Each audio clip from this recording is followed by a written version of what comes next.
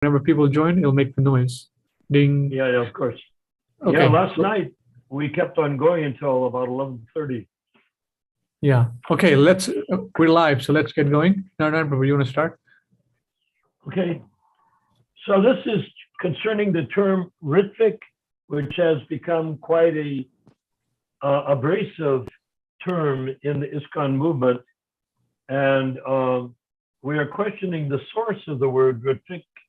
And it appears that the source of the word Ritvik was Tamal, the person who poisoned Prabhupada, led the poisoning of Srila Prabhupada, whereas Prabhupada had another term that he preferred to use that came up in the May 28th recorded tape, as well as in the July 9th conversation, which was officiating Acharya. Jai. I'm trying to suggest that officiating Acharya is Prabhupada's preferred term. Hmm. And that Ritvik is something that Tamal got. And since I have been trying to find, somebody gave this quote up here. Where is it? Oh, yes. Rukmangada Das wrote, regarding the third usage mentioned above in Srimad Bhagavatam 8:1653, Srila Prabhupada defines Rikvijah, as the priest recommended by the spiritual master.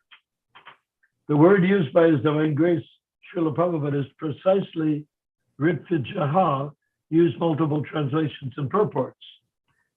Tamal Krishna used Ritvik, but it means Rikvijah, as defined by and used by Srila Prabhupada. Okay. Well, I just checked that before this meeting. Okay. And there is no such reference in the text or in the purport of Ritvik or Ritvijana or anything like that. Huh. Okay. And you and I went through it, and we saw that this was, when we did encounter the word Ritvik or Ritvijana, it was in the original Sanskrit, but Prabhupada never chose to use that word, even though he could have. Huh. Isn't that correct? Yeah, Prabhupada uses it he does not use it in the translation or purport. Hare Krishna. Yes, there's someone joining, so I wonder who this person You're is. joining with both feet going through the glass window. Yeah. Hare Krishna Prabhu, can you introduce yourself, where you're from? And there's a lot of background noise. yeah. Well, that's what we're dealing with.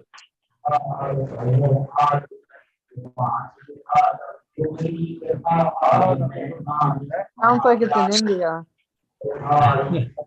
Okay, I'll mute this So person. they have some sort of radio or something going in the background. Yeah. Anyways, Oh, I muted him. So if this person is hearing and if they want to speak, please give us an introduction about yourself, where you're coming from, and And what radio station you're tuned to in the background. Okay. So let's continue, Nara Narayan Prabhu. Okay, we'll continue. I just finished up that bit by Rukmangada Das, Yes. and I don't find what he's referring to. Maybe it's a different version of the Srimad Bhagavatam. Could be. But I looked it up online and it seemed to not correspond there. So what happens is that then I am writing Nathan's Archive, and this is where the paper begins, and we'll continue on through. If there's any questions or a desire to stop and discuss, pounce on it. Sure. Make it happen, okay? Yes. So here you are saying that the term Ritvik was invented by Tamal Krishna, or brought in by Tamal Krishna via the medium of Narayan Maharaj, and Prabhupada used the word officiating Acharya, and that is the word we are always going to use instead of Ritvik. So Okay. here, let me start reading. The term Ritvik or Ritva Jaha is not used by Srila Prabhupada in any of his translations or purports.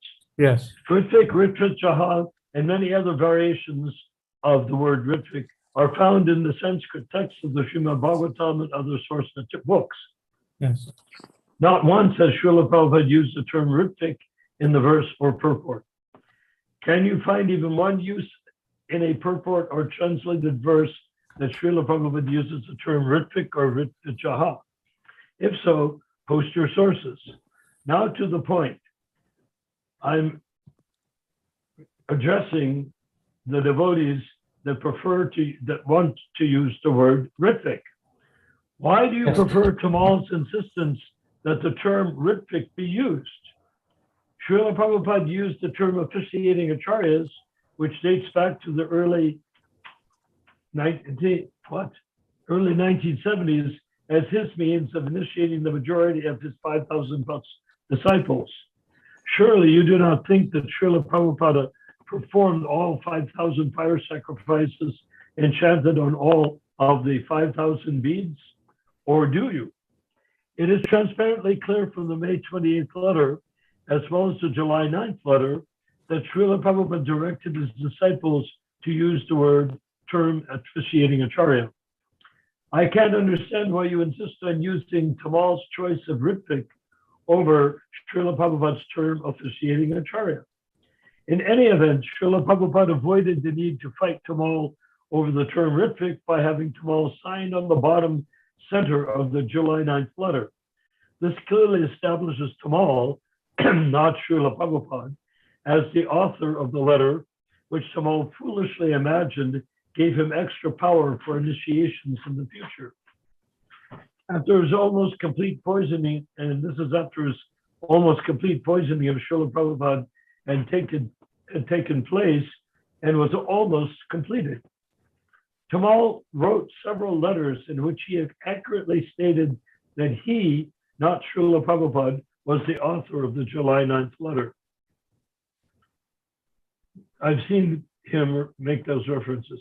I am at a loss to understand why you would prefer Tamal's authority to use the term Ritvik that Tamal learned from none other than Narayan Maharaj, rather than the term used for about 7 years to perform ISKCON initiations, genuinely creating thousands of disciples for Srila Prabhupada as officiating acharyas. Why do you accept Tamal's authority over the authority of Srila Prabhupada? Are you initiated by Tamal? If so, that might make vestigial sense. The July 9th letter was witnessed, not authored by Srila Prabhupada. Please consult your lawyer on this matter.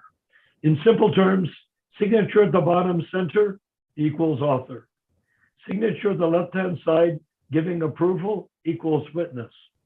In other words, Srila Prabhupada tricked Tamal, knowing that Tamal was in the end stages of poisoning him, and knowing that Tamal wanted to use the term Ritvik to confound the ignorant and grieving ISKCON devotees, and also Tamal was working under the direct guidance of Narayan Maharaj, who used the term Ritvik in his highly offensive book on Srila Prabhupada called Shiksha Guru Priyabandhu, which is in itself an aparad, as Krishna states, now that I am Guru, it is time for friendly talks to cease.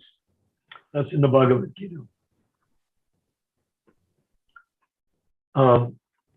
It's an interesting point because Shiksha Guru Priyabandhu means my best friend, or my Shiksha Guru and my best buddy, which Arjuna rejects. I mean not Arjuna, Krishna rejects in his conversations with Arjuna, although we can understand there is no limit to the friendship between Krishna and Arjuna. Narayan, who is essentially a Sahaja, wanted to have a Shiksha Guru who was also his best friend. That is clearly Vaishnava Aparad. And this is not only on top of it, Vaishnava Aparad. Narayan Maharaj is initiated by Keshava Maharaj, who is Prabhupada's godbrother. So for Narayan Maharaj to want to be the best friend of Keshava's godbrother is very offensive, presumptuous. Does that make sense? Yeah. Oh, Srila Prabhupada was older, and he was the disciple of Bhaktisiddhanta Saraswati Thakur. yes, he was 27 years older. Yeah. And Narayan Maharaj has no business being friends with Keshava's godbrother. He kept on saying in his book, which you can read if you wish, whenever you like, that Keshava, that Prabhupada was his best friend, and they would sit equally on a chair, on a seat, and that Prabhupada treated him as an equal. That is all extreme opera. It is a very great offense for Narayan Maharaj to say that. So anyway, we keep going. So he completely tricked those he clearly knew would be the 11 future regular gurus by sending them to the east of, did I get that? Oh, no, I think oh, wait. I said, Narayan was essentially a Sahaja, wanted to have a Shiksha guru who was also his best friend. That is clearly Vaishnava Aparad, particularly since Prabhupada was not his godbrother, but he has to give respect to him as though that Prabhupada were his guru, because he is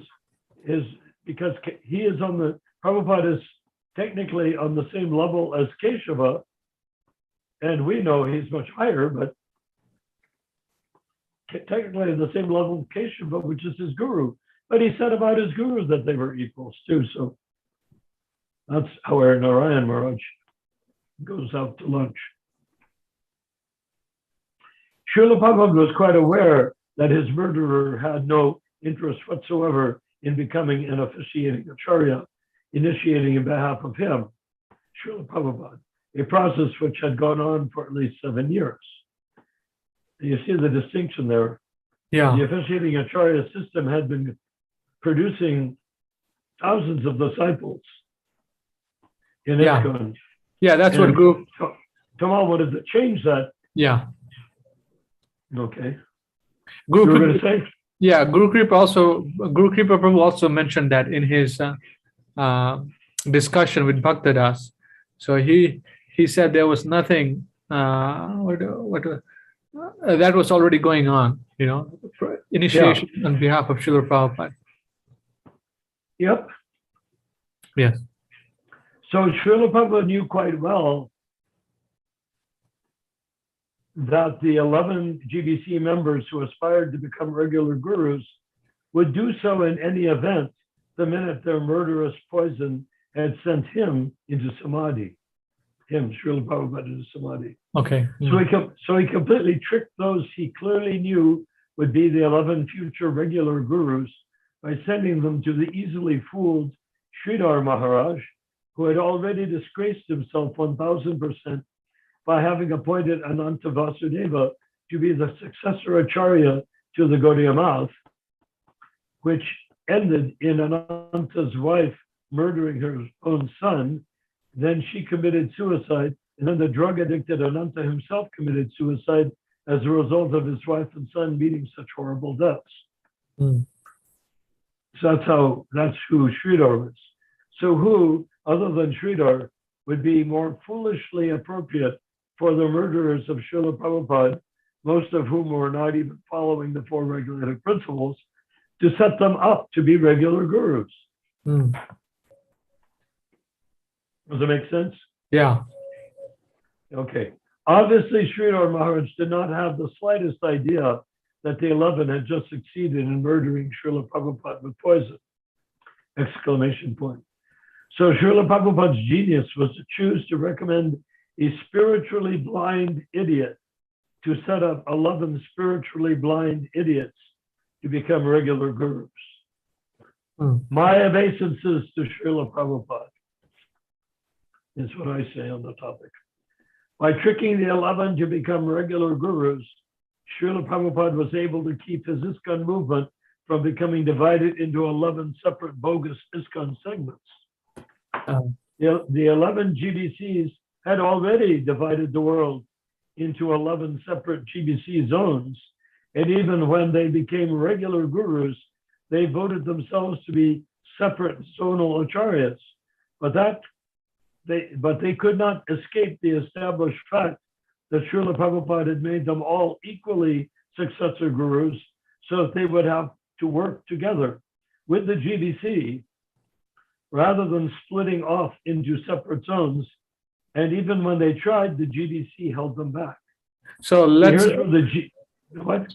So here raises a question. Most of these 11 were already GBC members, so they had two positions as a officiating acharya on behalf of Srila Prabhupada, and they were GBC men also, meaning that they were the majority. Well, they were not the majority because there were far more GBCs than there were 11 gurus. Well, then how were they able to take over the whole movement then? They took over the whole movement because of Sridhar. No. That part we understand. They went to Sridhar and Sridhar told them to become regular gurus. So they eventually became regular gurus. But yeah, if so the GBC wanted regular gurus to control the ISKCON movement. Okay.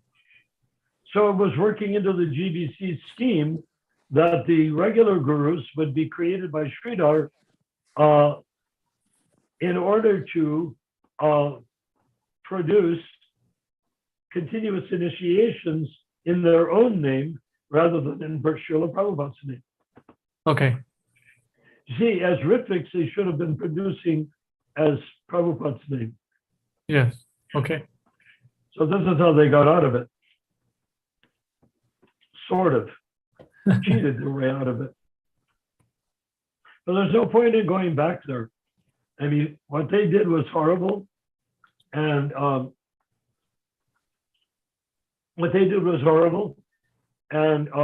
there's no good part of it. Well, there is a good part, isn't it? Because they held the movement together. So exactly. That was Prabhupada's scheme. Yeah.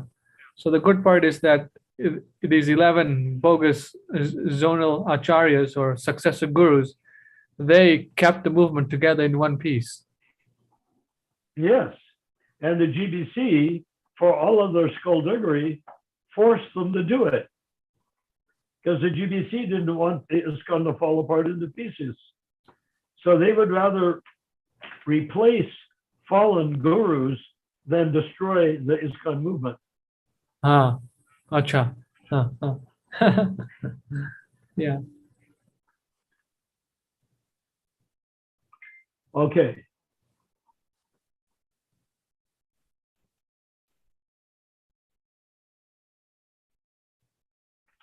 So the July 9th letter was designed by Srila Prabhupada to create 11 bogus gurus, knowing well that they would be exposed as bogus skulls over the course of time.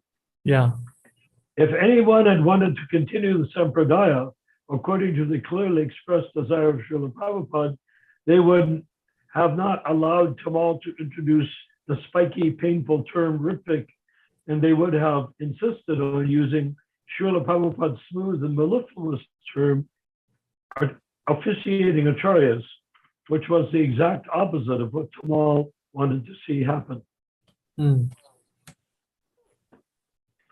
So simply put, the idiots who followed Tamal's letter, what's this?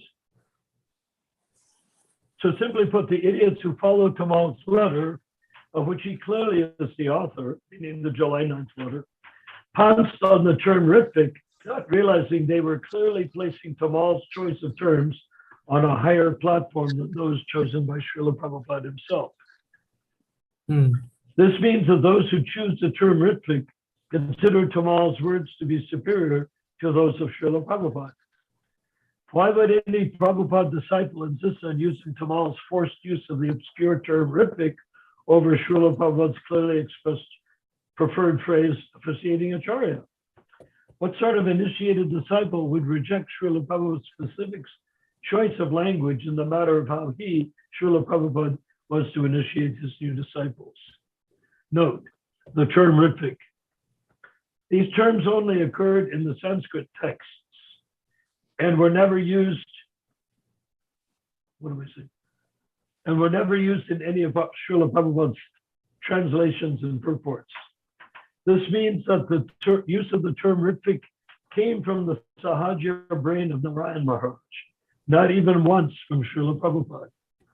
Tamal did not get Ritvik from Srila Prabhupada's esoteric Sanskrit source material, which Tamal was far too busy wallowing in politics to have read and studied in order to find an esoteric word like Ritvik. There is much more.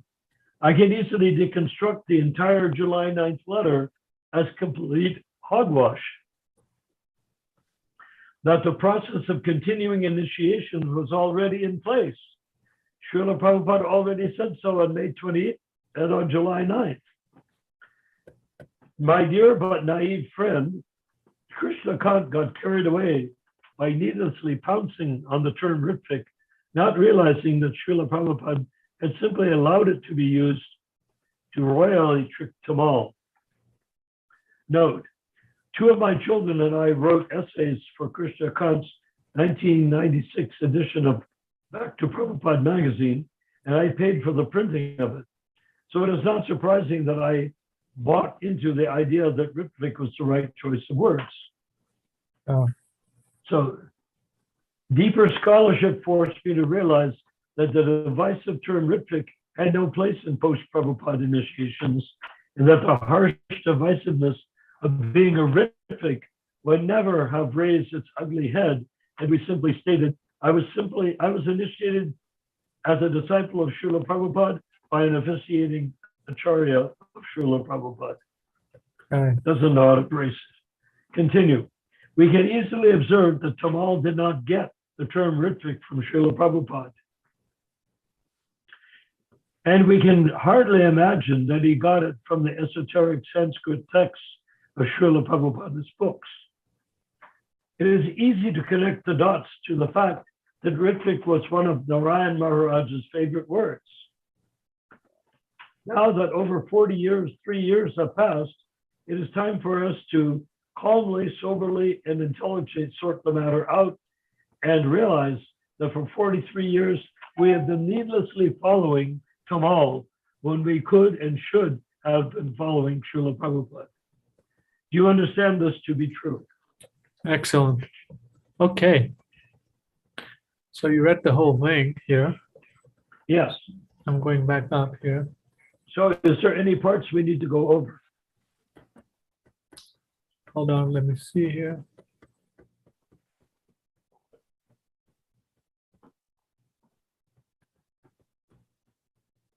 So just to summarize it up, Srila Prabhupada's main intention was to keep the movement together, meaning that not like the Gaudiya Math, which after the disappearance of Bhaktisiddhanta Saraswati Thakur, the movement split into various camps. Correct. And Srila Prabhupada did not want the same thing to happen to his institution, ISKCON. Correct.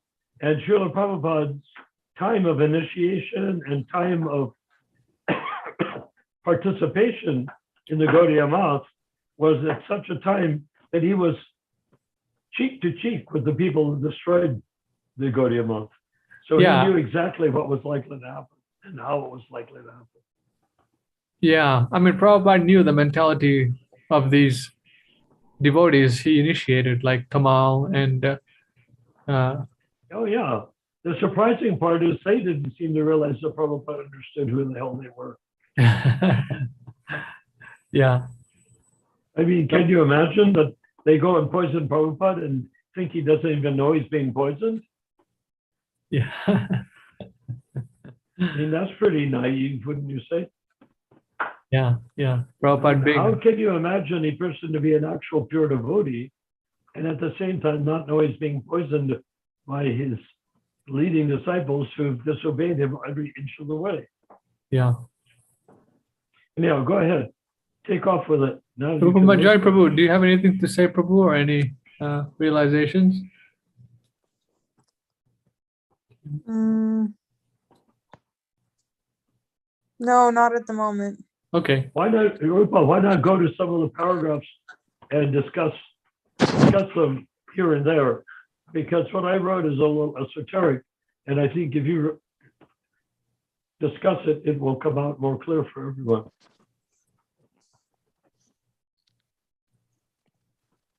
I think.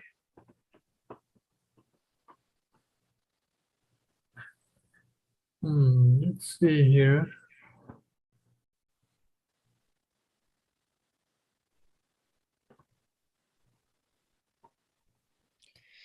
I just think you're gonna have a hard time persuading people to accept any of this Why? because it's not provable. What you're saying is not provable. What part is not provable? Like you're saying that Prabhupada tricked the 11 to become regular gurus. You can't prove that. That's your opinion. You can't prove that it's true. Did they become a regular gurus? Yes, but you can't say that. Is Prabhupada a fool?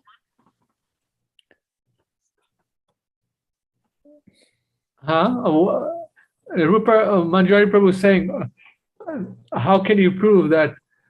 So you, what are you saying, Nara? Was Prabhupada a fool? What do you mean? Like, Well, I mean, if he didn't know what they were doing, that would make him a fool. well, Prabhupada was saying himself that they were trying to be gurus when he was still physically present, you know. He said that at least my god brothers waited till Guru Maharaj disappeared. That's when they became gurus. That conversation is there with Hansaduta. Yeah, well, they also waited till the Guru Maharaj disappeared. They poisoned him to death. Okay, let's continue. So Rupa was asking. No, let's see. Rupa Manjari made it Yeah, so people. Yeah, that's a very good point. How would we go about that? Rupa Manjari Prabhu saying, how can you prove that? What did you say, Rupa, again? That Prabhupada Tricked the 11 into becoming regular gurus. Yes. So let's discuss on that point. How Prabhupada. Well, somebody tricked somebody. Somebody tricked So we somebody. could say the gurus tricked Prabhupada or Prabhupada tricked the gurus, which is more likely. Or they're both true. Oh, so you're saying that Prabhupada was tricked? He's Trikalagya. Why couldn't you trick Prabhupada? Well, yeah, but also like there was an instance where a little boy was sexually molested and Prabhupada didn't like know about it. Well, And not know about it or did not want to get into it? Yeah, that's a good question. Yeah. These are specific issues that, if we go into it, then, it kind of derails the whole conversation, How would we go about this? Well, what would you say? it's just that there's a lot of the whole vast majority of the ISKCON movement as it is today has been sold a bill of goods about what is the history of ISKCON and how these gurus came to be gurus and what Prabhupada wanted or didn't want. And well, can you prove it? Can you prove it? Let him finish, and Prabhu, she's trying to make a point. So then you just hold on to your thought. I'll listen. Yes. And convincing them to our point of view without solid evidence is going to be hard to do, is what I'm trying to say. Okay, what would constitute solid evidence?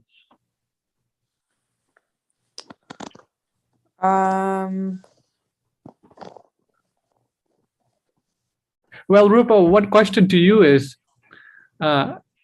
we saw Guru Kripa's message that they were already planning to take over the movement, Yeah. So isn't that proof that these 11 actually would have been regular gurus later? I mean, And doesn't it also indicate that Prabhupada would have known what he's Trikalagya, that Prabhupada would know what they were doing? Yeah. I So, mean, we have to take into account that this is not a police court. We have to take into account that what yeah, can we expect that Prabhupada could possibly know, and what can we say he could not possibly know? many times I've seen in the conversations I have heard Prabhupada says, I know what exactly is going on, but I do not want to discuss about it. You know? Well, yeah. Why would he want to discuss about it? They're Yeah. plotting against him from 1970 onward. The minute they refused to accept the direction of management, they were plotting against him. Uh, Wouldn't you agree? yeah. Even in that interview with Bhaktadas, Guru Kripa doesn't talk about the GBCs being elected by the pool of temple presidents. So I'm not sure if he knew about it or he did not know about it. What is the specifics? Well, that's a good question, because not everybody knew about the direction of management until many years later. Yeah. So we see systematically Srila Prabhupada had things set up, but none of it was followed. We're taking the platform, it was set up from 1970 onward. Yeah, 1970 and onwards. And the majority of the disciples, many of them joined after 1970. The vast majority. Yeah. So not all of them were actually aware of what was actually going on up until now. How could they be aware if the direction of management was not seen even by temple presidents until 1979? And I didn't see it again after seeing it for the first time in Vrindavan till 1992, when I downloaded it from the database. Uh,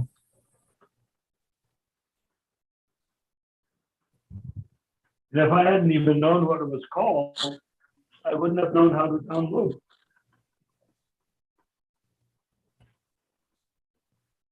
yeah. So, Rupa Manjari, Prabhu, Yeah. Yeah. can you sort of be generous in the matter of conspiracy in that Conspiracy was there from the start. from the very beginning, Prabhupada was betrayed? He said that there's a sinister Movement sinister in our movement within society. our, yeah. Yeah.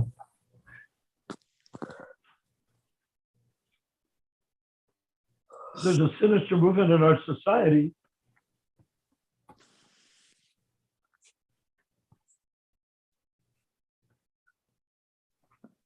Yeah, well, another point is that, the angle that we're discussing, no one has ever even thought about these things. The way we're discussing going very deep into what was going on and looking at the letters, conversations. Most of these people, devotees, initiated by the, insufficient gurus, they don't have a capacity to go. So to answer your core question, Rupa Manjari, what proof do you have? Let's just say I am making statements based on what I consider to be actual situations. You could say, no, you have no proof. Then my invitation is, okay, then bring in, answer these questions. Don't accept what I'm saying at all. Do you see what I'm saying? You don't need to accept what I'm saying. What is your answer? Yeah, we're not telling everyone how to think, but if you think that what Nara Narayan Prabhu is saying is not true, then you can raise a doubt and we'll discuss. Right. So we're not telling anyone how to think. Yeah, We're that's just- the thing. We this don't. paper Yeah, just- we don't. This paper just tells them what I think. And let's discuss. Yeah. And if you don't agree with what I think, you can say, well, block him on Facebook or do some research and answer his questions. Yeah, that's a valid way to have a discussion. I'm presenting a philosophical or a statement. If you think it's not true, then present your argument or your understanding of why it's not true. Yeah. Yeah. Let's see. Okay. Let's see here. I'm move on to the next point here. Okay, so I'm going to another discussion here for the devotees online. Let's see here. Let me share. Does So- anyone have any comments so far or anything like that? No comments so far, but Okay. but I want to bring up some points that you have been saying over, the past, 1.5+ years about the movement. And this is Guru Kripa Prabhu's statements with Bhaktadas, your old friend, Yeah. Nara Narayan Prabhu. Yeah. So My let's- old friend and business partner. yeah. So let's get going. A question to Guru Kripa Prabhu. What happened the final months of Srila Prabhupada's appearance in connection with the process of initiating new devotees? So mind you, Guru Kripa was totally present during the whole 1977 when they were discussing all these things here. So what happened the final months of Srila Prabhupada's appearance in connection with the process of initiating new devotees? And Guru Kripa Prabhu answers, nothing happened. In the beginning, Srila Prabhupada did the Diksha, the Yajna, and the name-giving ceremony. As the numbers increased, the authorized GBC and senior sannyasis to pick names and chant on the beads. In 1977, during the months of May, June, and July 1977, I was in Nirvindavan with Srila Prabhupada, giving him his massage in his bed between 1 a.m. and Mangal Arati. During the day, many letters would arrive. Satsarup was the secretary, and we decided that only letters that would give joy to Srila Prabhupada would be read. Okay? Yeah. So they were getting many letters, but they filtered the letters, and they I'm only not sure that I agree that you should filter the letters to the pure devotee. yeah. So they were doing that. He's saying here. Then Guru Kripa Prabhu says, like numbers of books sold, etc. So they were only reading letters with numbers of books and things like that. A maximum of 5 letters were read to Srila Prabhupada. After some weeks like this, there were stacks and stacks of letters, all relating to initiations. Hundreds of people were panicking that Srila Prabhupada would leave this planet before they were given initiation. At this time, this situation was brought before Srila Prabhupada in his room by Satsarup, Tamal, myself, and maybe some others. Up until this time, it was very simple matter that we were doing the initiations, but we had to ask permission. Srila Prabhupada never refused any recommendation from his senior men. And personally, I would sometimes argue with some GBC that they are giving it too easily. At this meeting, Srila Prabhupada basically said, from here on, if you feel they are ready, then you may give initiation on my behalf. I understood this for what it was, simply extending the authority a little further than it had been. Then here comes your favorite person, Tamal Krishna. Tamal Krishna Swami began to say, But who will do it? Huh? But who will do it? Which devotees will do this? Srila Prabhupada said, quote, the nearest one will do it, whoever is closest, unquote. Tamal said, can Bhavananda do? Can Jayapataka do? Thus these 11 names came out. Okay? Yeah. And anything you'd like to say, Nara Narayan Prabhu? This is the perfect paper to read absolute 100%. Okay, excellent. Okay. Then Bhaktadas Prabhu asked him a question. Why were you not on the list of 11? Okay. And Bhaktadas, Who's you? Who is you? Guru Kripa. He's asking this message to Guru Kripa. Why wasn't Guru Kripa on the list of 11? Okay. Then Guru Kripa answers, because it did not matter. Srila Prabhupada said, whoever was closest, I was already doing. And Srila Prabhupada never told me or anyone else not on the list. What is it? I was already doing, and Srila Prabhupada never told me or anyone else not on the lists to stop. For myself, it was not very irrelevant because I was working in Japan and did not have any new devotees to initiate. Okay. Tamal Krishna Swami made this list of names himself, and Srila Prabhupada signed the letter. But there were only priests to act on behalf of Srila Prabhupada. Tamal asked about Bhavananda, who was not a temple president or a GBC at the time, and everyone knew well of his homosexual tendencies. But Tamal pushed his name because he was already planning to take over when Srila Prabhupada was gone. You see here that statement? Yeah. But Tamal pushed his name because he was already planning how to take over when Srila Prabhupada was gone. Sure. Then Bhaktadas asked the question to Guru Kripa, how did Tamal Krishna Swami become so influential at this time? Guru Kripa Prabhu says, how did who? Tamal.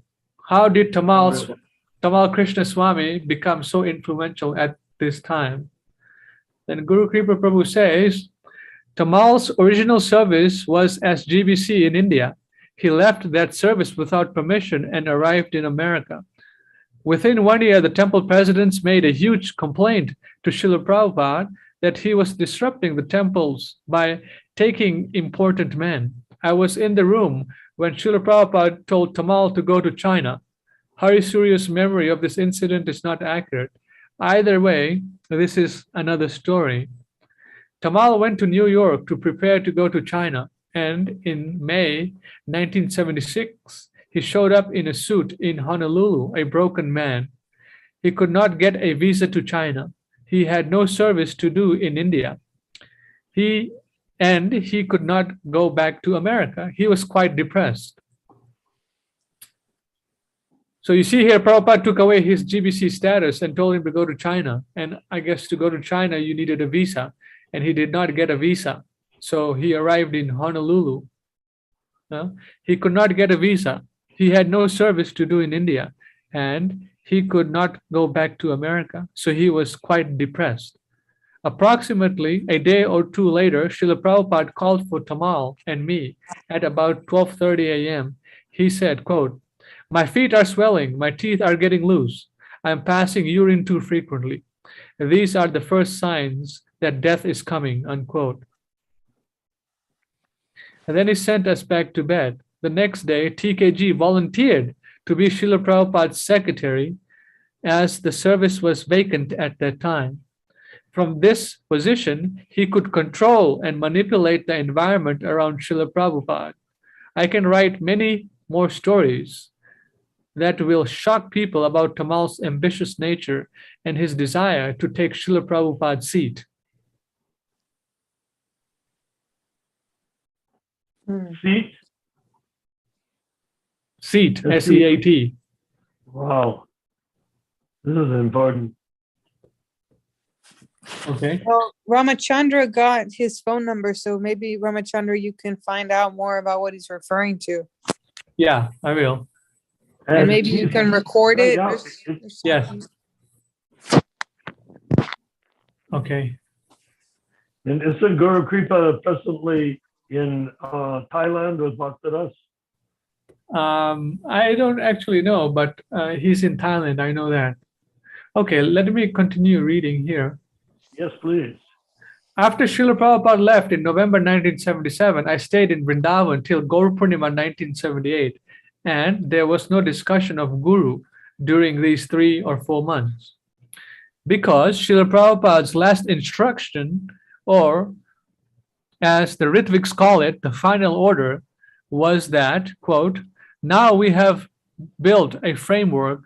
There is no need to try and expand more. If we can maintain our man and increase the chanting and hearing, that is sufficient. We should sit down now and chant in here, unquote. Okay? Yeah. There was no talk about initiations that I heard either in Vrindavan or in Mumbai during these months. If Srila Prabhupada has appointed these 11 as spiritual masters, why did they not start initiating at once? Because they all knew very well they were never appointed. We knew the philosophy that is Tattva Darshi and what is Shakshad Hari, but behind closed doors, there was a plot simmering. In the GBC meeting of 1978, the initiation issue was brought up, and it appeared they had already concluded that they were going to go ahead and say that they were appointed. I asked Harikesh sitting next to me, quote, how are you going to tell people you are a Paramahamsa? You are not a realized soul. You are a piece of shit. He turned to me. He turned to me with a smirk on his face and said, what are you going to do about it? This is basically what happened. None of us could do anything after that. Okay, let me continue. In 1978 Janmashtami, TKG came to Vrindavan to give sannyas. By the way, before you go further, Okay. let's stay with Harikesh, who was in 1970 was my assistant in constructing window screens for the temple on Henry Street in New York. But he wore pink glasses because he was a keyboard player, rock and roll keyboard player. But anyhow, Rupa, doesn't that somehow touch on your question? Proof. What's the proof? Yeah. And his proof is, what are you going to do about it? Yeah. So my proof is, if you know the nature of the spiritual master, know the nature of the pure devotee, this is the right answer, and that you don't need to have examples and proof. That's the nature of the spiritual master. Prove me wrong. Huh. You see, like with him, he said, oh, I'm appointed to be guru, prove me wrong. Okay. In 1978, TKG came to Vrindavan. Tamal Krishna Goswami came to Vrindavan to give sannyas to Bhagavan. I was the GBC at that time in Vrindavan. TKG called from Delhi and demanded flower garlands and a large reception greeting at the temple. What did he do? Tamal Krishna Maharaj was giving sannyas to Bhagavan. Yeah. And he called for what? He said, I was the GBC at the time in Vrindavan. So Guru Kripa was the GBC in Vrindavan in 1978 Janmashtami. Okay? Yeah.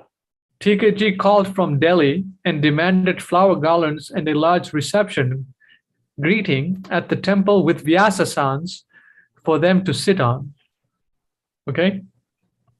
In what temple? In Vrindavan, India. But this was taking place in America, no? No. Krishna Balaram. Oh, okay, go ahead. Okay. TKG called from Delhi and demanded flower garlands and a large reception greeting at the temple with vyasasans for them to sit on. I told them this is Prabhupada's temple and everybody can sit on the floor. When they came, I gave them no such reception. And the next morning, in the Bhagavatam, in the Bhagavatam, Bhagavan brought his politics into the class. I went and told him, if you ever do this again, bringing politics into Bhagavatam class, you will never speak again in any temple I manage. That day, Bhavananda, Tamal Krishna, and Bhagavan asked me to meet them in the guest house for a meeting. When I came, they said, "Why are you making waves? Just stop making trouble about the appointment of gurus, and we'll make you the 12th guru at the next Mayapur meeting." Okay, you see how this is working. If you create any waves, you Yeah, can. it's just pure mafia. Yeah, pure mafia, exactly. I told them Prabhupada did not make anyone gurus. You have to be a realized soul. They said there was some talk about you in Japan doing some things, therefore Prabhupada did not name you. I told them you are now believing your own lies. They were silent.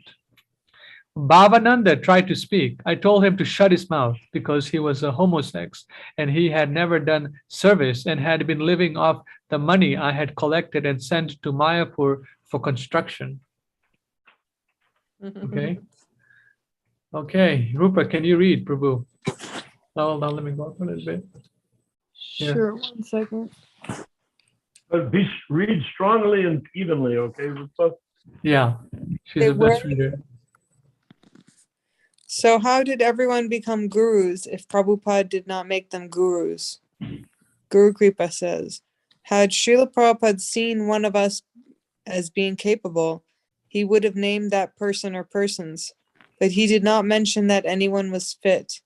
His Divine Grace B.V. Puri Maharaj, who Srila Prabhupada said is the only god brother who is not envious of me, asked Srila Prabhupada, please stay another 8 or 10 years with these boys.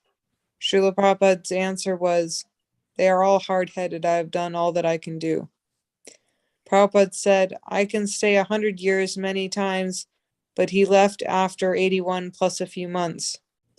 In the GBC meeting of 1978, they shouted me down and they had already decided the fix was in. This was how the future of ISKCON was going to go. Question: is the GBC absolute since they are named as the ultimate managing authority? Guru Kripa. Prabhupada said that the GBC would be the ultimate managing Okay, you're speaking somewhere that we cannot hear. Okay, can you? Can you hear me? Yeah, now it's better. Prabhupada said the GBC would be the ultimate managing authority, but that does not mean they are perfect and that they have perfect vision. The process of the GBC meetings during the years, we would have the meeting and report the day's minutes of the meeting nightly to Prabhupada. Usually it would take 5 days. Prabhupada said if you people were competent, you people would be done in 30 minutes. In 1977, Prabhupada told us, just have your meetings and after 5 days, give me all your resolutions. After 5 days of meetings, the GBC filled in his room, sat down and read the... GBC filed in his room. After 5 days of meetings, the GBC filed in his room, sat down and read the resolutions, and one after another, Srila Prabhupada said, no, I do not want that. No, that is not what I wanted. He vetoed almost all of the resolutions. So to say the GBC is the ultimate authority is correct, but that does not mean that it is absolute. As you can see by how many gurus have fallen down and how many GBCs have had difficulties. Guru means one who has no other... Wait, Rupa, we already know that the GBC was supposed to be elected and didn't have any ultimate powers. It was just elected like a senator is elected for the Senate of the United States. Yeah, this part is not clear. This is after Prabhupada, after they destroyed ISKCON. Yeah. So go ahead. Guru means one who has no other interest but to realize the absolute truth, Krishna. The Guru must have first realized the name is non-different than Krishna. When I first joined the movement, we spent 9 to 10 hours a day chanting in the street. These present GBCs do not spend that in a year. Harinam eva kevalam. In this age, only the holy name, only the holy name. Your bureaucracy and your management is not the process. The elitism being shown by the GBCs putting themselves up on a platform above all their god brothers is absolute arrogance and the greatest sin of pride, the opposite of the humble blade of grass. Krishna is the one giving all directions for those who can hear him. Now, this is sort of complicated because it's acknowledging something that we, the League for 10K, has clearly established doesn't exist, which is that the GBC does not exist as the ultimate managing authority because they defied Prabhupada in 1970. Yeah, they did not follow. So Yeah. a fork in the road. Yeah. Most of Okay. us are now hitting 60 or more. We've made successful businesses, won some, lost some, raised our families. And personally, I have gone to 25 straight Kartiks in Vrindavan. We have been excluded from Srila Prabhupada's movement. It started in the GBC meeting of 1978. Still today, the people who have appointed themselves for life have had very little result. Rabindra Swarup, the GBC of Hawaii, has come once in 6 years, and he will not give up the position. Kavi Chandra in Japan has done nothing there in 25 years. Even one of these GBC gurus does not wear neck beads, tilak, sika, or have any faith in the name, is still a member in good standing. In the West, most of the temples have more deities than devotees. Most of the devotees are being paid, pujaris being paid, cooks being paid, temple presidents are being paid, and they have to bring Indian devotees just to keep the bare minimum going. I have witnessed over all these years how the elitist mentality of the GBCs and gurus have excluded all their god brothers. They have put themselves on a high pedestal. They have no taste for staying in the holy dham of Mayapur and Vrindavan, and they run back to their comfort zones as soon as they finish the meetings. In 1977, during the rainy season, all the GBCs showed up in Vrindavan. Srila Prabhupada said, we should go in a room and make out his will for him, i.e. who would manage what properties and so forth. Kirtanananda and everyone was there, and they were going on saying someone will do this and someone will do that. I noticed how they totally left me out. So I just went to the Yamuna and took my bath and came back to find them still dividing everything up. When they were finished, it was brought into Srila Prabhupada's room and read to him as he laid on his bed. After they finished reading the will, the first question Srila Prabhupada asked was, where is Guru Kripa's name? I had already opened a dozen temples and collected the most money in ISKCON history up to that point, and they totally left me out. But Srila Prabhupada noticed it right away. So now, although I am the first executor in his will, and he told me to develop Hawaii and other places, you may read the will. They also have totally neglected that order. Giriraj even came and asked me if I would resign from the will. I told him, how can I give up the order of the Guru? It is not as easy for me as you people. There is no new blood in this organization. Things have become stagnated and dry, not dynamic. And the offense of neglecting all of their god brothers by excluding them from their spiritual birthright, they will have to answer to Srila Prabhupada for this aparad. Okay, Rupa Manjari, thank you. We'll just stop for a few minutes. Nara Narayan Prabhu, do you have anything to say, Prabhu? Well, all I can say is that what he is saying in historical terms Yes. matches what I'm saying in basically revolutionary terms. Yeah. Yeah. He's using history. I am using common sense. Can you give an example of how it's his version and the common sense version. I don't understand what you're saying. I'm saying, like, you're saying he's using history and you are using common sense. So let's, can you? Well, when give I say common sense, I mean, how's this all going to shake out in the end? Okay. Yeah. And for Guru Kripa, this is what happened, this is what happened. And what he's writing is extremely valuable. It doesn't take the place of what I've written. It actually comes before what I've written and it gives power to what I've written. Yes. I would say, what do you think? Yeah, whatever we have discussed in our Zoom meetings over the past year and a half, or a little over a year and a half, is being discussed by Guru Kripa, how it was an arrangement by Tamal Krishna, and then him coming in power and poisoning Srila Prabhupada slowly. And then, Yeah, well, this is obvious, isn't it? Yeah. And it's an obvious thing that's been coming down the tracks for 1,000 miles. Yeah. I mean, we should not be surprised. Okay, let's keep on going. Okay, so Rupa, should I read or do you want to continue? You can go. Okay. Question. What is your idea of how the guru-disciple relationship should be handled in ISKCON? Guru Kripa Prabhu says, love cannot be instituted. I fell in love with Srila Prabhupada the second I saw him. That is why I could surrender to the depth that I did to get insurmountable service I did at that time. Once in Mayapur, Kirtanananda came to me and said, why are you giving all that money to Srila Prabhupada? You should give it to me. In America, we are protected. The communists one day will come and take these buildings away. Prabhupada is making a big mistake. This is Kirtanananda saying.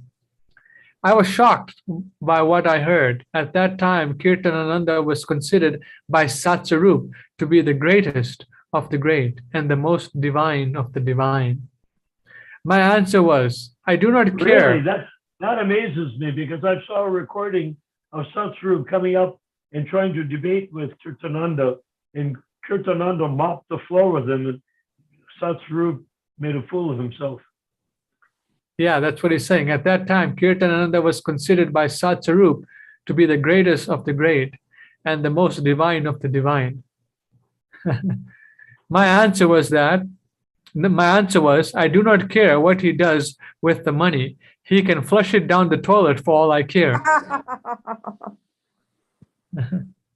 How about that, huh? That's great. I just love to give it to him. It is a matter of the heart. According to one's state of the heart, if one has many material desires, he may say he loves Bhagavan, Sai Baba, the Pope, Charles Manson. It is according to one's Sukriti. Krishna is sitting in one's heart. He knows exactly what our intentions are. Before anyone has a right to ask a question, you must first enter the class. The price is surrender. Those who have not fully surrendered cannot understand those who have surrendered. Those who have surrendered can understand about everyone. Okay, then he goes to say, Srila Prabhupada initiated thousands. He told me once in his room in Vrindavan, he said, quote, my guru ordered me to go to the West, and I did that. My main service was to translate these books, and I did that. I have a personal desire to build these temples in India. That is my personal program. But they, his disciples, will not give me money, and my head is getting hot. I have to translate these books, write many letters, and I'm thinking how to raise money to build these temples because my disciples have their own programs and will not give me money, unquote. Wow. But they must have, because they built all the temples. Well, what year is this? You mean this meeting or this conversation? Guru Kripa's description, what year is the description describing? This was, he's saying here, Prabhupada is saying his disciples are not giving him money. In what year? Whenever, my understanding is when the temples were being built in India, the Vrindavan and Mayapur. and Bombay In Bombay, yeah. and Hyderabad. Yeah. So then Guru Kripa Prabhu says, so seeing Srila Prabhupada like that, I told him that from today forth, you just translate the books peacefully, and I will take the headache and go and get the money.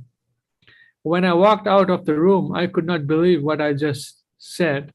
So to think all the GBC are 100% surrendered souls, and the gurus are 100% surrendered souls with no self-interest, and their only interest is to serve Srila Prabhupada's mission. They did not even care during his time, Srila Prabhupada's time.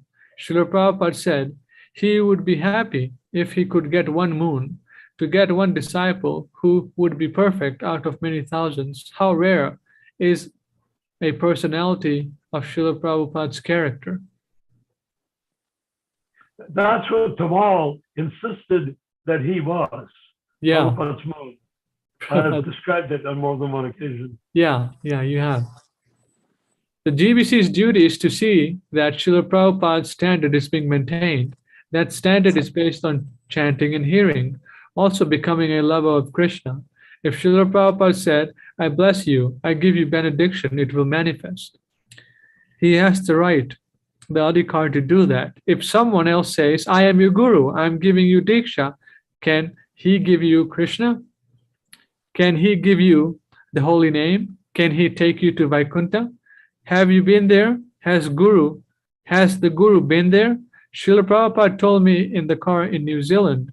He turned to me in the car and said, while you were building Krishna Balaram temple in Vrindavan, Krishna was building you a house in Goloka.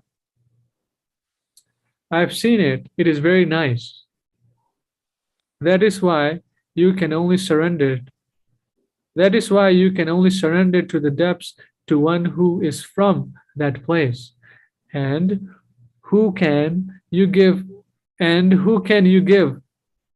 And who can you give you that place?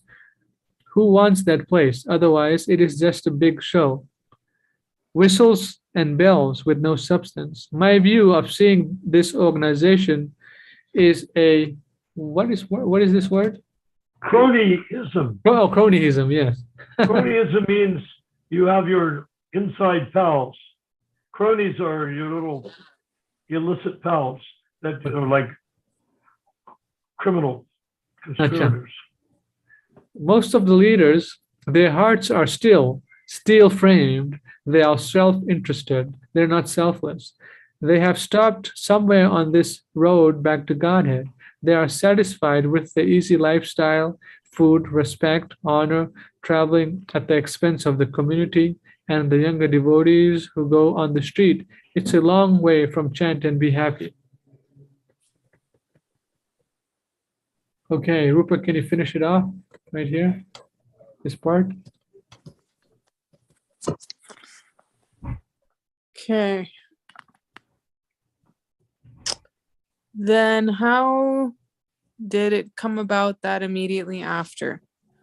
Srila Prabhupada was not present physically. These 11 became worshipable as Paramahansas of the highest order, Guru Kripa, because it is the cheaters and the cheated.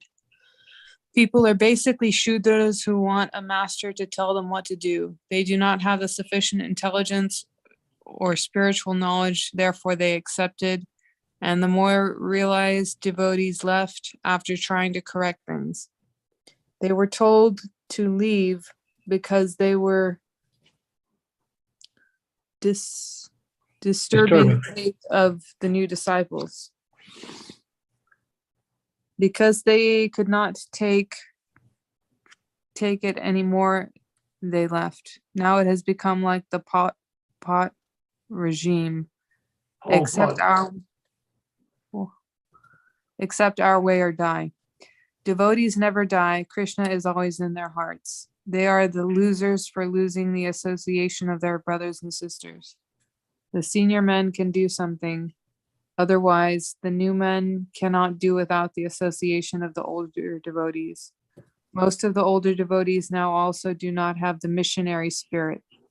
Srila Prabhupada said, as a group, we can't be broken, but alone we are easily broken. The leaders have never cared for the god brothers, sisters. They are happy when they see their brother get victimized by Maya and never come to try and rescue them. Do you think Srila Prabhupada is happy to see the present leader's disciples at his temples and not his own disciples? They talk of love of God, but they do not care one bit for their own family members unless the family agrees to accept everything they say. They have no peers around them that they may object to anything. I am a very fallen soul. I am not basically a fault finder, which is why I did not speak up for the last 30 years. So many people ask me to write a book, but I have not. I have lived very nicely by Srila Prabhupada's grace. I will be very happy to see the GBC actually become real GBC and genuine, loving, compassionate Vaishnavas. Whatever that means, Okay. right? Yeah. According to the DOM or according to Prabhupada's fallback position at the very end. Yeah. Okay. So let's see who's here. We got Mohit, we got Janaspriya Prabhu. Janaspriya Prabhu, we just read that. Did you ever hear about this interaction with Guru Kripa and Bhaktadas? Yeah, I read that a couple of years back. Okay. Acha. Excellent. What year was that conversation taking place? Okay, let me see. Let me find out.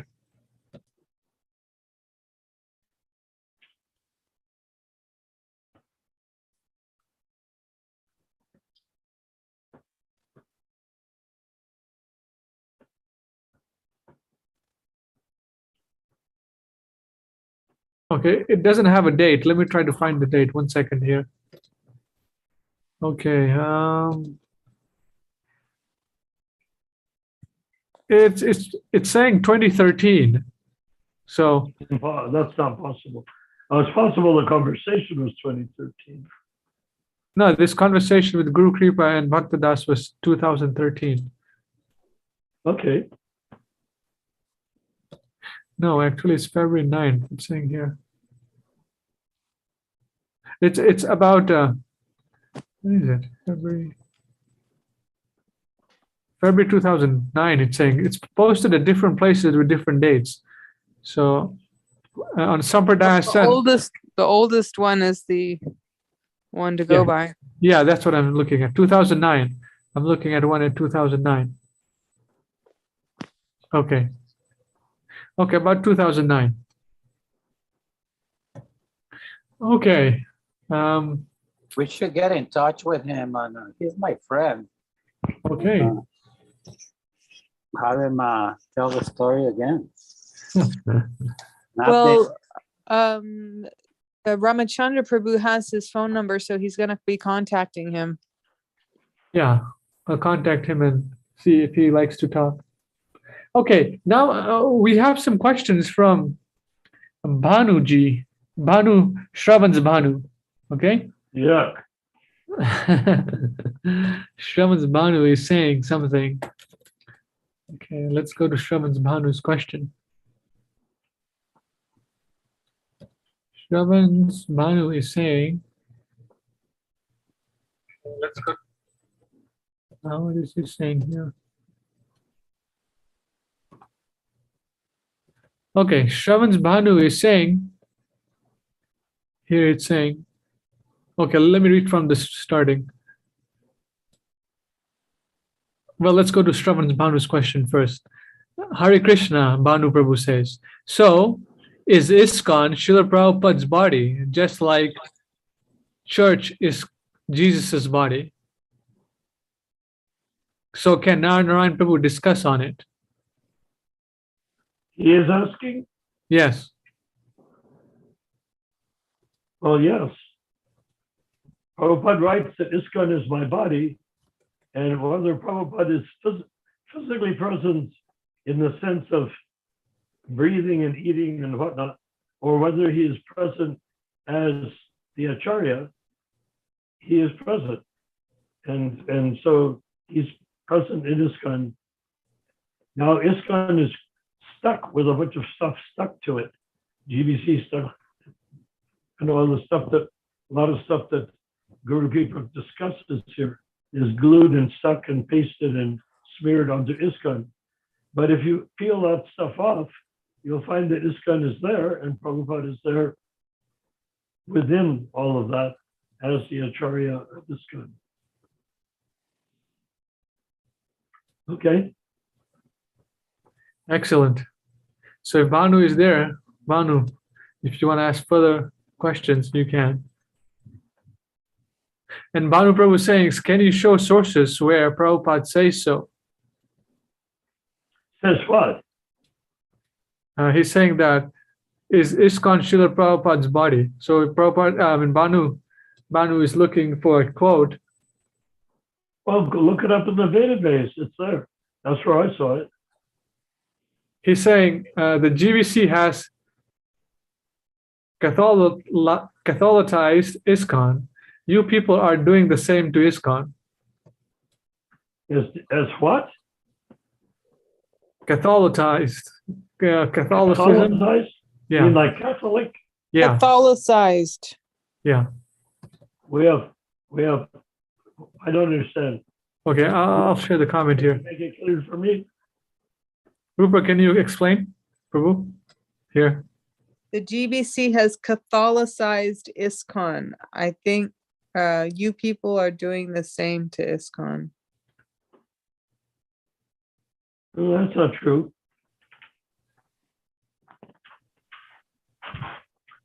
The GBC has Catholicized ISKCON in the sense that they want ISKCON to be a religion. We don't want ISKCON to be a religion. We want ISKCON to be a living experience. Therefore, we want devotees to hear Prabhupada's recordings, chant after hearing through headphones and learning to chant. They can put down the headphones and chant in kirtan together, and it will be very beautiful. And then if they want, when they want, they can go out into the streets for Sankirtan. So I don't see the comparison to Catholicism at all. Okay? All right. But he's saying you are accepting ISKCON to be Prabhupada's body, just like the church is Jesus's body. I don't know if the church is Jesus' body. All I know is Prabhupada said, ISKCON is my body. Then Vanu is saying Christians claim that church is Jesus's body. Well, then maybe Prabhupada and the Christians have something in common. Yeah, that's what I said. I said, so what if, what is it? I said, so what if he is? Yeah. The question really is, we can understand that Prabhupada's teaching is miles beyond the teaching of Christianity. So then Bhanu Prabhu is saying, even if ISKCON is Srila Prabhupada's body, why should we be concerned about his body? Because Prabhupada is a pure devotee.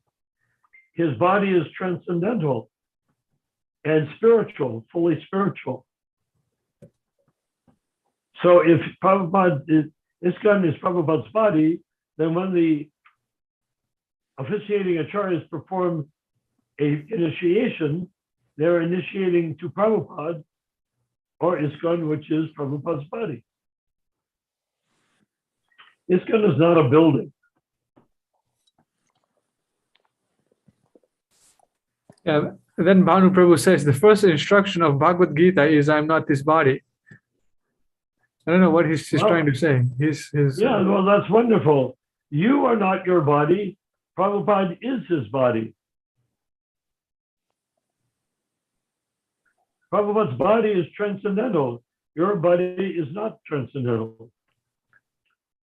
For you to go back to Godhead, you have to become self-realized. You cannot say that of Prabhupada. Prabhupada is already self-realized.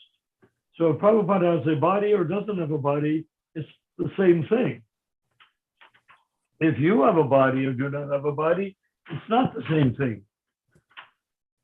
How can you equate your body with Srila Prabhupada's body? Yeah, yeah. Even though it's similar in composition. I'm not even sure Prabhupada's body was not similar in composition. I mean, earth, fire, no? Water, ether. I don't want to go into analyzing Prabhupada's body. Okay. All I know is it appeared to be somewhat similar to our bodies. Okay, somewhat similar. Okay, There were that's many things yeah. which I saw in his body, which made me think it was far more etheric. Okay, yeah. Somewhat, yeah, somewhat similar. Okay, okay, yeah, that makes sense. That's more appropriate way to put it. There's many stories of devotees that so Prabhupada What's going on? We got to speak clearly with the microphone, not shaking it. It's not clear. stories that devotees were offering dandavats and Prabhupada stepped over their hand and there was zero weight from Prabhupada Guy. stepping over his hands. Another occasion, a devotee friend of mine saw this in LA. Prabhupada was coming down from the stairs. He just started floating down. And the devotees asked him, Prabhupada, what was that? You know, what happened? And Prabhupada said, sometimes these things happen. I have no control. Guy. Out of his Yeah. humility. Okay, let's see if there's any more comments.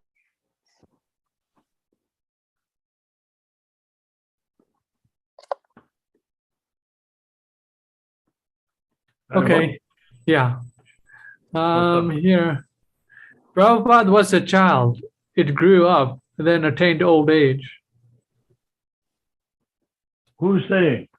Manu saying, Prabhupada was a child. It grew up and attained old age. Yes, Prabhupada is a pure devotee. Yes, but even Pandavas had material bodies. If you want to see it that way, you're welcome to, but I don't think that that is the way it actually is. Yeah. We can't equate the body of a pure devotee with the body of Manu. Yeah. Particularly the body of Manu. Right.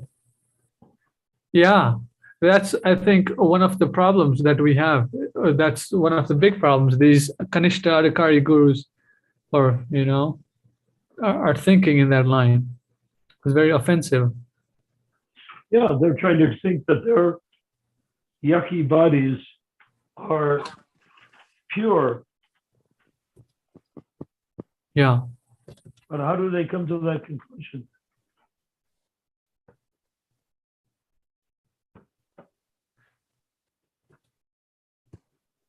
Then Banu says, if ISKCON is Srila Prabhupada's body, then the Gaudiya Math is Srila Bhaktisiddhanta Saraswati Thakur's body. Then why did Prabhupada leave his guru's body, Gaudiya Math? I mean, this is pretty simple. Banu, haven't you figured that out already? Banu Prabhu has been reading. You answered, please. Harimo, your Honor, Prabhu. Prabhu, you are in full mood of transcendental sense of humor. If ISKCON is Srila Prabhupada's body, then Gaudiya Math is Srila Bhaktisiddhanta Saraswati Thakur's body. Then why did Prabhupada leave his guru's body, Gaudiya Math? Same reason that Bhaktisiddhanta left Namahat Bhakti-Vinod Thakur. Yeah, Prabhupada is the Acharya, you know, he had a mission and he did it. Yeah. Well, the Bhaktisiddhanta's body, Gaudiya Math, is Bhaktisiddhanta's body. Why should it be Prabhupada's body? Yeah. Isn't it a little preposterous? Yeah. Yeah. And then Bhanu is saying, Nara Narayan Prabhu is being sentimental about Srila Prabhupada's body. I don't know what he's... What's the difference? What part is sentimental? I don't know, he'll have to say. And then he says, Gaudiya Math and ISKCON are not anyone's bodies. So what are they?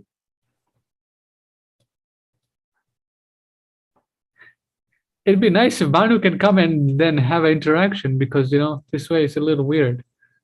He knows the meetings are going on and he can participate. And he has, They were just sort of like playing tag here, yeah, peekaboo. Pico, right. Okay, he's saying institutions. Gaudiya Math and ISKCON are not anyone's body, institutions. But is it a material institution or spiritual institution? To just call him online, we can't understand his questions. Yeah, He's just like asking here and there questions, not point blank on target. Just ask him to join us, no? you have Let's- already asked him to join you, so I don't have to. Well, he knows how. He knows how. But Yes, Narayan Prabhu. Don't read his comments, bro. Okay. Just don't read his comments. Tell him to join us. We can't understand your language. Your language is very tough to understand. Just write that. Okay. All right, Prabhus, we're coming down. We have about 35 minutes left. okay, I think it was very successful. The fact that you read my paper on the Ritvik and then you read Guru Kripa's paper afterwards, it was extremely, I think, good combination. Yeah, I think some points Guru Kripa has no understanding about, in the sense of the direction of management. If he had known about the direction of management, how it was signed on a legal piece of paper with many signatures, he would have understood that these GBC men are to be elected from the temple president's Yeah, pool. and he would not say what they did about the GBC being topmost authority and all that stuff. Yeah, it's Srila Prabhupada is the topmost authority, and the GBC are servants of the temple presidents. Yeah, Yeah, they don't have any status with Prabhupada at all. I yeah, mean, they're initiated devotees, which is as far as it goes. yeah, The fact that they're GBC does not give them any power. But Prabhupada sort of taught, because the GBC stole power, he treated them as though they were nobility, even though they weren't. You see, they were criminals. But Prabhupada treated them like nobility because they were running everything. And that's the only way he could confidently get things done. yeah. That makes perfect sense. Logical Yeah. sense. I mean, Yeah, so it was, if you look at it properly, the Guru Kripa's paper and Prabhupada, it's heartbreaking. We should be weeping. The reason we are not weeping is we don't have enough information or knowledge or compassion or love for Krishna or love for Prabhupada to see the horrendousness of what was there. And Guru Kripa didn't see it either. He only saw part of what was going on. He didn't see the whole thing. yeah. I also read a comment today that Guru Kripa didn't know about the poisoning. Oh, acha. I don't know if it's possible, but anything's possible. Yeah. Okay. What else? So I'm Dennis coming Priya in- Prabhu. I'm coming in rather ruthlessly or brutally That's fine. to, Yeah. yeah. So I need, can you tell me, I'll send it to you. Don't worry. Bobby's? Yes. Yeah, I'm gonna send him Yes. both of these papers. Sure. I'll do that. Okay. But how will I have Guru Kripa's paper to send him? I'll send it to you too. Great. Okay. Well, that was very nice. Many similarities between your what you have given. Guru Kripa doesn't actually give the solution. I mean, it's very nice that he's doing historical accounts of what actually happened, which we have discussed already. But what is the solution, right? We want to know. Right, because Guru Kripa is speaking historically. Yeah. Yes. That's And, great. Yeah, that's his perspective, and that's how things happen. But what is the solution? That's what we are concerned about. Prabhupada in the center. Prabhupada the only guru. No, Officiate. Guru Kripa brought Prabhupada huge piles of money from Japan. Definitely. Yeah. And how he got it is another thing. Controversial, to say the Right. least. We don't want to Say the go least. into there. Yeah. Right, we're not going to that. Yeah. All we can say is that Prabhupada had wanted money, Guru Kripa brought it. Will Guru Kripa have karmic reactions for how he got it? I don't know. Maybe yes, and maybe no, or maybe somewhere in between. Yes. That's yeah. Okay. Let's see what else.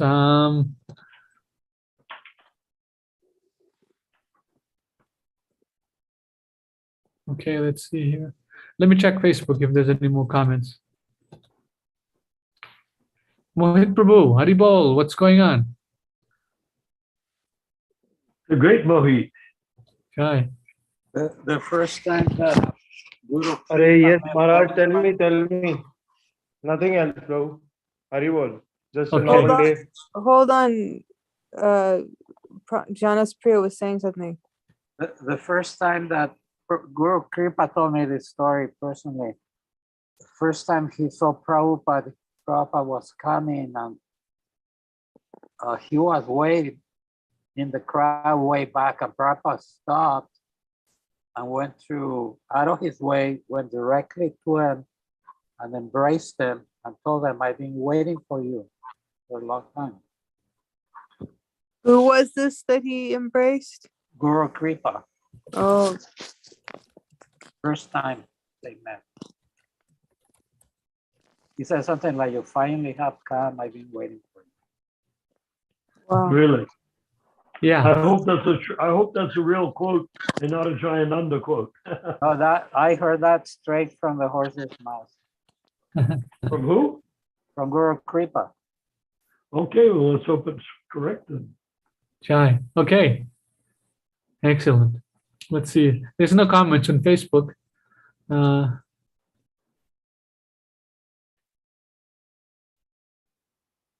Bhanu Prabhu further says, you people are fundamentally wrong about your understanding of ISKCON and Krishna consciousness.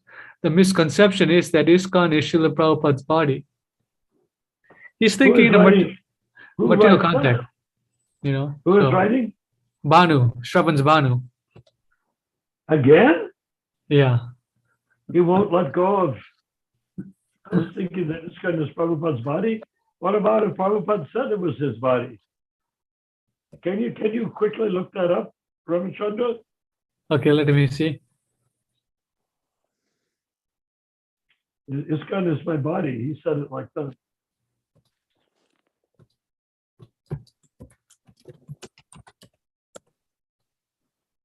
Bhanu is sort of like trying to take on the role of Sisupal. Well, it does come up as a quote here. I'll share it with you, but I'll let you decide. This is a Vyasa Puja offering to Srila Prabhupada in 1985, and someone is quoting. It doesn't say who's. Let's see.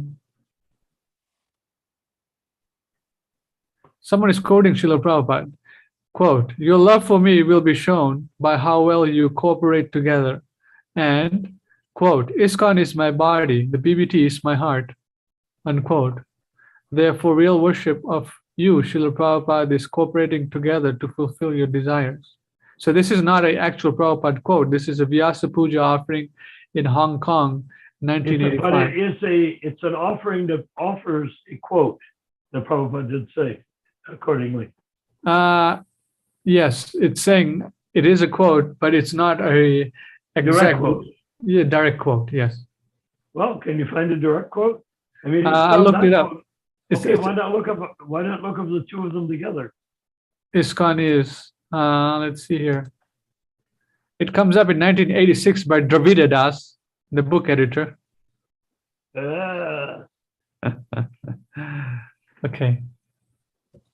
man, It comes up in 1986. It comes up in 1991. It comes in 1995. It comes in 1997. Tamal Krishna also quotes it. ISKCON is my body. it's his own body? ISKCON is my body. Tamal Krishna says in the Vyasa Puja offering. He's talking about Srila Prabhupada. Most important still, it explains his well-known statement, ISKCON is my body. This affirmation qualifies the above concluding words of the Chaitanya Charitamrita, ensuring that the followers would not be deprived of his physical presence even after departure. Okay, well, that seems to fairly well establish Yeah. that Prabhupada wrote that ISKCON is my body. So Yeah. is that enough to satisfy the Banu. Banu?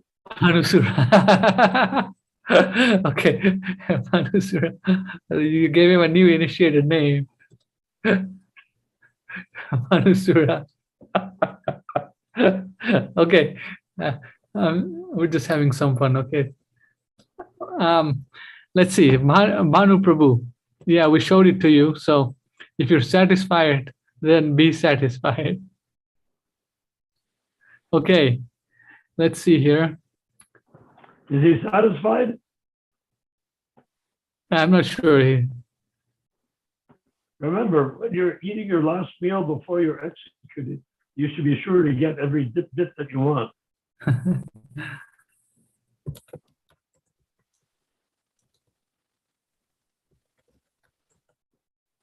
Okay, seems like he's satisfied. Okay, let's see here. What day is today? Today's Thursday. Well, just to give some satisfaction to Sri Banu Prabhu, if Prabhupada says that ISKCON is his body, that means he accepts that ISKCON is transcendental. It so happens that without Prabhupada saying that, I also accept ISKCON as being transcendental. Why? Because he created it. How can ISKCON not be transcendental if it is created by Srila Prabhupada? Yeah. Oh, the GBC has done their level best to make it not transcendental, but they could not do that unless it was transcendental. In other words, if they want to degrade it, they have to degrade it from perfect or from pure. So they're degrading something which Prabhupada said was transcendentally pure, meaning my body. Go ahead, Ramachandraji. Okay, so I'm just looking at the comments and then we got about 12 minutes. Janaspir Prabhu, Mohit Prabhu, anything you'd like to add? So let's be clear here that we're not telling people how to think here, you know. We want people to see what we're saying and then come to their own conclusions. Yeah, come to their own conclusions. I mean, everyone is a jiva. This is Istagosti. That means that in Istagosti, every jiva comes and can hear what the other jivas are saying. I am a jiva and I made a big mouthful about Ritvik, but you're a jiva and you completely deconstruct it and say it's wrong or not true. Or you could say, my God, I've waited for 50 years to hear this. This is wonderful. You can choose your poison, choose your path, choose what you think is right. That's the capacity of the jiva.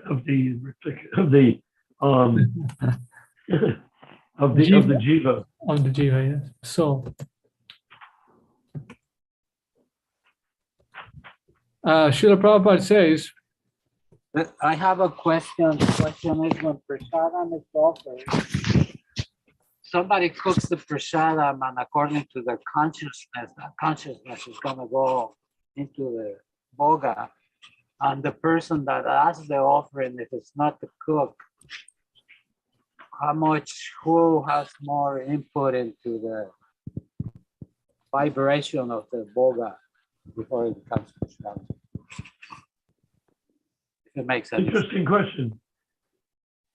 Can you sort of simplify it, someone, Ramachandra or someone else? Rupa, simplify it, the question. I didn't catch what he said. Can you repeat it, Prabhu, again? Something about prasadam and the cook cooking it. There's the cook He- and he's trying his to say- consciousness, and there's the pujari and his consciousness. So when the boga is offered as prasadam, how much of the consciousness of the cook or the pujari go into the boga to be offered to become prasadam?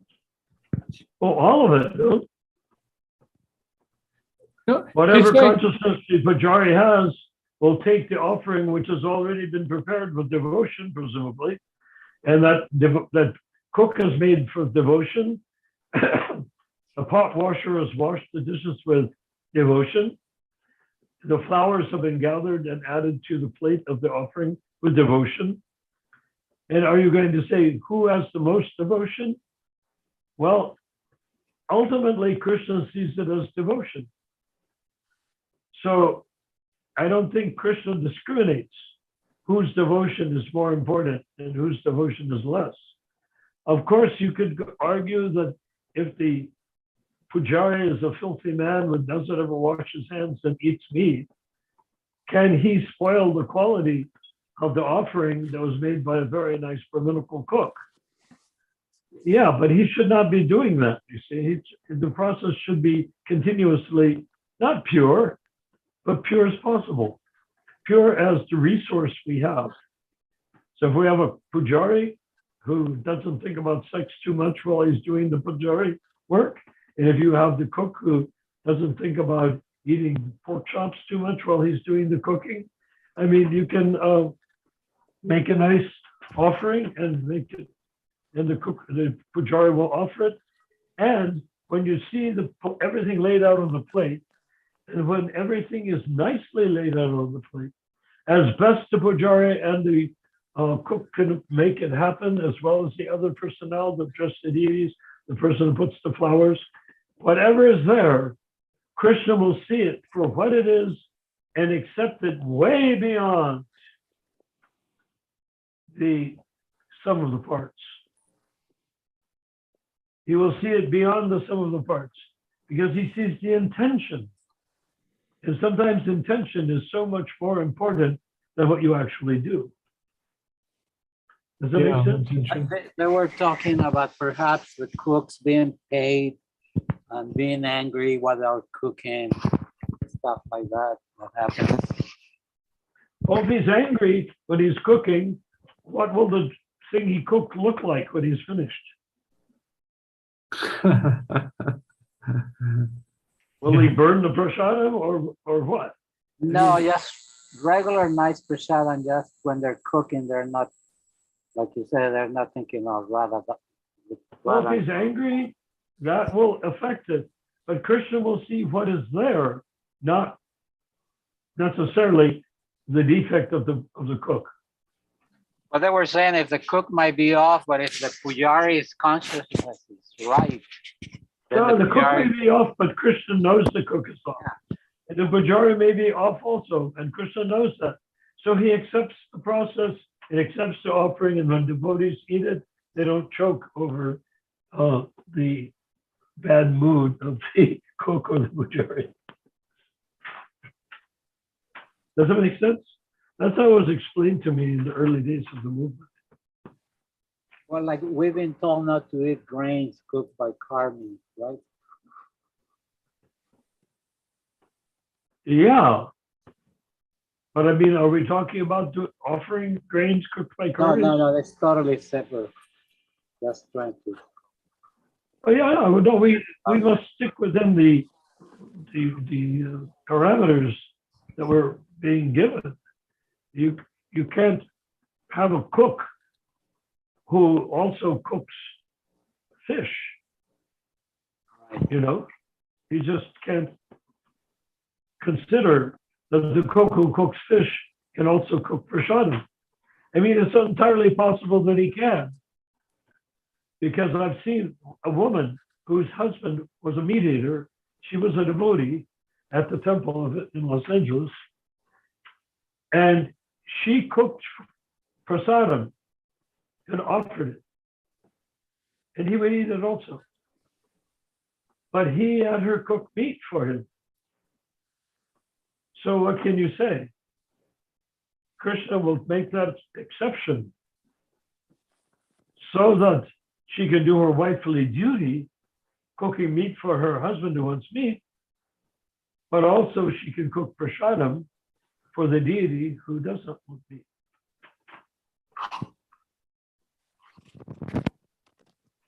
I will tell you one thing though, her husband died a few years ago.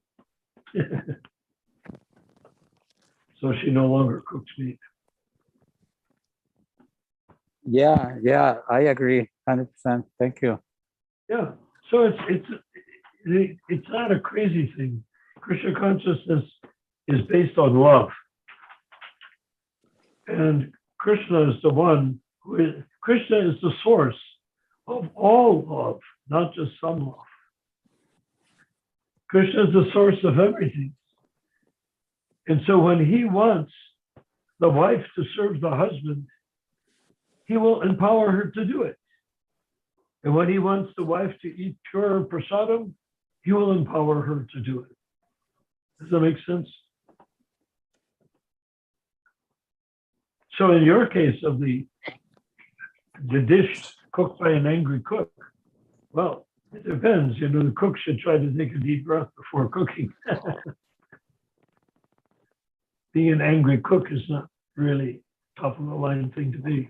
I guess it's kind of like Putana offering poison to Krishna. He only took the milk.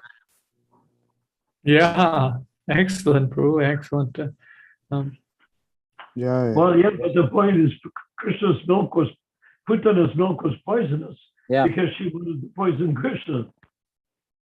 But he only took the service, not the poison. Yeah, Yeah. pretty nice, no? So it works in the case of cooking also. But in the case of Putana, she wanted to poison Krishna. There was no part of her that wanted Krishna not to drink poison. And just like Prahlad's mother, when she was ordered by her husband to poison Prahlad, and she What? loved him. When Prahlad's mom was ordered to poison Prahlad, she was an obedient wife and she put poison on the food. And she loved them. But she And what was- happened? What was the result? He offered it to Krishna and Krishna made it as good as anything. Prasadam. Yep. Well, there you go. So that's, we don't have any bad part. Once we're a devotee, there's no bad part to being a devotee or serving Krishna. We shouldn't think of it like that. Everything we do will work. And Putana turned out okay too, didn't she? Yep. She died pretty big.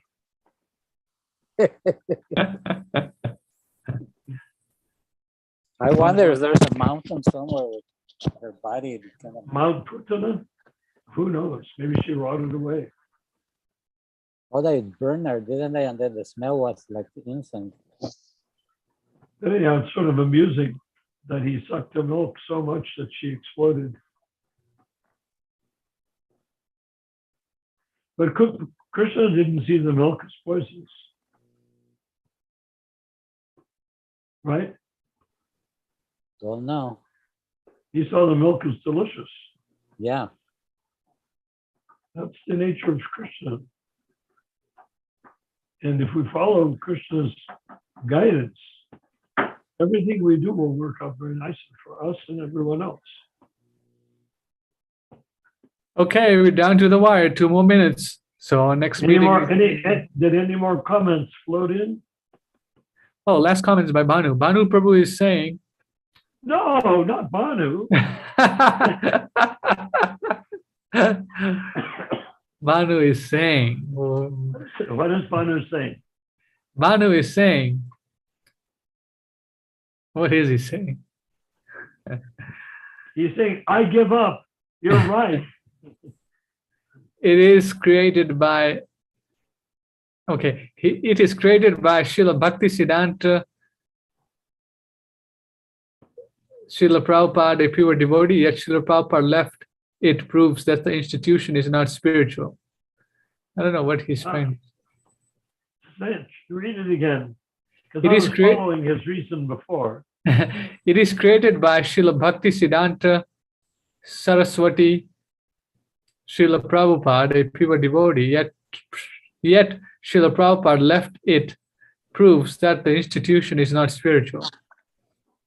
The Prabhupada left, it's gone? Yeah, I think that's what he's saying. No, he's saying Prabhupada left the Gaudiya Math. That proves that the Gaudiya Math is not spiritual. It's just an institution. Oh, okay, excellent. Okay. Well, if you are born from your mother, Rupa Manjari, heaven forbid that should happen. But if you were born from your mother and you leave and your mother's body dies, does that mean you were not born from your mother? Yeah. Yeah, that's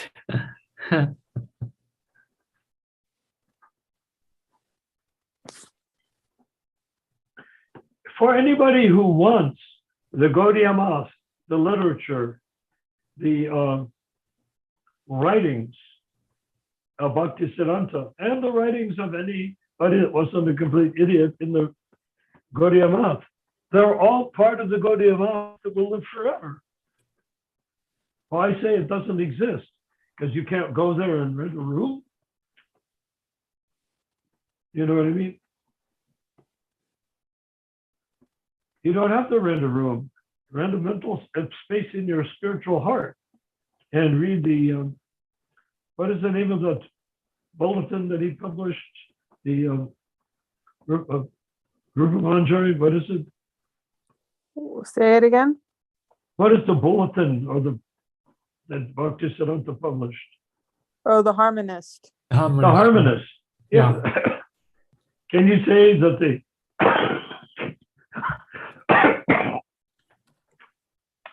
Gaudiya Math published the Harmonist? So are you saying that if you read the Harmonist, that the Gaudiya Math does not exist? okay. We are at 10:01, 10:02. Okay, it's true, but does Manu have any more interesting, whatever they are, to say? Manu, Not please don't say anything. Okay, Okay. good night, everybody. All right. Hare Krishna, Rupa Manjari. Oh, we can't do without you, Rupa. We're done. Oh, we're done. Yeah, but is Manu done? Bhanu will never be done. He's going to appear next time. So Bhanu has not Uh-huh. mentioned anything yet. So we'll end it. Bhanu loves you a Oh, lot. quick, let's end the session before he says something. Yeah. Bhanu's favorite Prabhu is Narayan Prabhu. He loves Narayan Prabhu's lectures, so that's why he's so concerned about asking questions. I will make a warm, cuddly spot in my arm for Bhanu to snuggle up to me while I'm lecturing, so that he can enjoy my lectures close and feel my heart beating near his heart as I hold him in my arms. You sure he won't turn into Bhanusura? Huh? No, I'm just kidding. Okay. No, I'm assuming that Bhanu is a little kid. Okay. If Okay. if he's a great big guy, then I can't hold him in my arms. Okay, Prabhu. Thank you very much, Rupa Manjari. I think you had a very great session, and Prabhu. and Vinayak. please do send me Yes, I'll do that right now. and at some point you and I can discuss privately about Yes. Guru Kripa's actual history. Okay. Thank you, Prabhu. Hare Krishna. See everyone on Sunday. Okay, Haribol. Haribol. Haribol. Srila Ball, Prabhupada. Jai. Glory Jai, to Jai. Rupa Manjari, the Haribol. angel of the